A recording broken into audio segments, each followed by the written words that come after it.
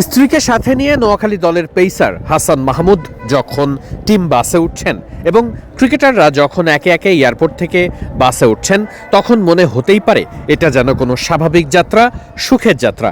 অথচ হয়েছে তার পুরোটাই উল্টো। নোয়াখালী এক্সপ্রেস দলের ক্রিকেটারদের অযথায় জার্নি করতে হয়েছে অন্তত 4 বার। হ্যাঁ, ঠিকই শুনছেন, শুনতে একটু অবাক লাগলেও এটাই সত্য।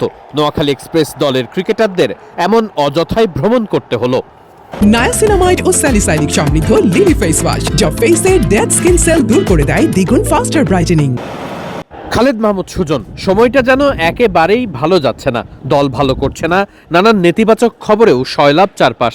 এমন সময় যেন এক উৎকো ঝামেলাতেই পড়তে হয়েছে নোয়াখালী এক্সপ্রেসকে। গত 29 ডিসেম্বরই সিলেট পর্বের খেলা শেষ হয়ে যায় নোয়াখালী এক্সপ্রেস দলের। স্বাভাবিকভাবেই পরদিনই তারা রওনা হয় চট্টগ্রামের উদ্দেশ্যে। সেখানেই বাধে বিপত্তি। বেগম খালেদা জিয়ার মৃত্যুর কারণে খেলা স্থগিত হয়ে যায় 2 দিনের জন্য।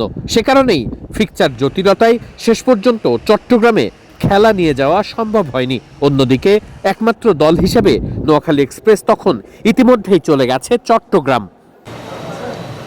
বিসিবির পক্ষ থেকে নতুন করে যখন ঘোষণা আসে চট্টগ্রামের খেলাগুলো অনুষ্ঠিত হবে সিলেটে, তখন নোয়াখালী এক্সপ্রেস দল যেন বেকার বসে আছে চট্টগ্রামে। উল্টো তাদের ফিরে আসতে হয় আবারও সিলেটে। আবারও 2 দিন বাদেই তারা ফিরে এসেছে সিলেটে। জানা ভালো, ঢাকা থেকে সিলেট কিংবা ঢাকা থেকে চট্টগ্রামের সরাসরি ফ্লাইট থাকলেও সিলেট থেকে চট্টগ্রাম যাবার সরাসরি ফ্লাইট নেই। সে কারণেই ঢাকা হয়ে যাতায়াত করতে হয় কানেক্টিং ফ্লাইটের মাধ্যমে।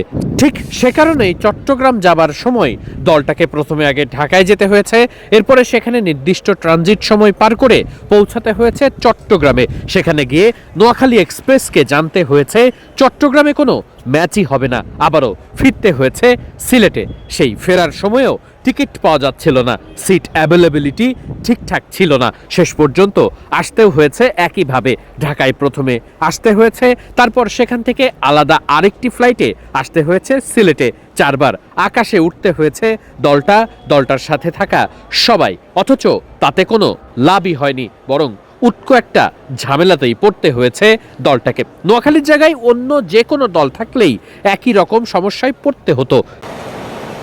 অযথায় বাড়তি ট্রাভেল করার ক্লান্তি, সেই সাথে দলটার ভালো পারফর্ম না থাকা নিশ্চিত করে দলটাকে মানসিকভাবে কিছুটা পিছিয়ে রাখছে।